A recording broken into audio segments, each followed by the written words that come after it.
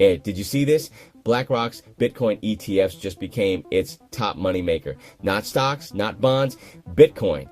This isn't financial or investing advice. Imagine this, a Wall Street giant managing trillions, rolling out a crypto product.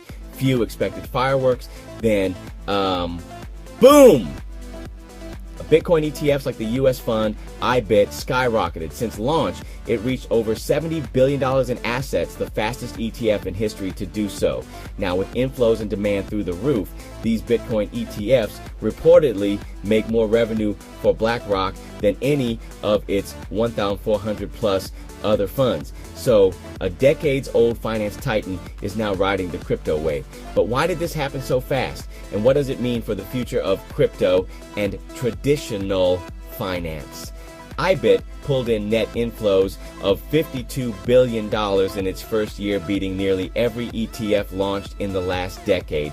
It's like BlackRock turned its biggest cruise ship built for traditional markets and rigged it to run on crypto rocket fuel. For crypto, big legitimacy boost. For finance, a wake-up call. Here's a no-way moment.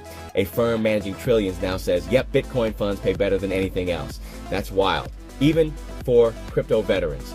Bottom line, Bitcoin, once the rebel of crypto, is now sitting in Wall Street's throne room. If BlackRock says crypto pays, most institutions are likely paying attention, meaning a possible boom and large long-term run in Bitcoin. But here's the big question. Will this crypto boom stay strong, or is this just a hype bubble waiting to pop?